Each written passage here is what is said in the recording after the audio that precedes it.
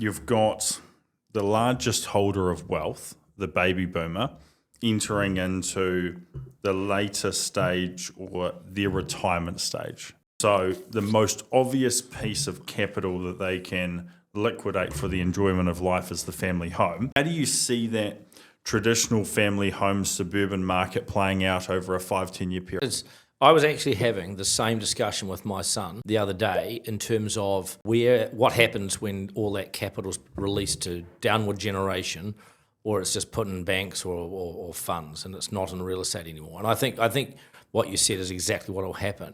Like Melbourne, a 1,200 metre site will chop into 600s. Houses will be smaller. They'll still be beautiful, but they'll just be smaller. Because what I saw in Australia, my observation of what I thought I saw was in most of the suburban areas, the backyard gets cut off and something new gets built, and the house gets a duplex wall put through the middle of it, and it gets cut into two houses somehow.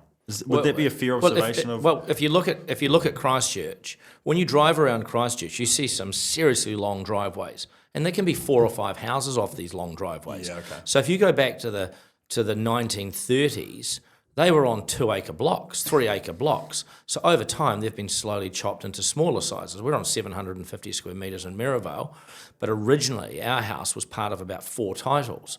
So I think that's just natural intensification or gentrification with higher density land plots. So you think the house will hold its value because it can be carved up? So because for me, I look at a central city dwelling, right?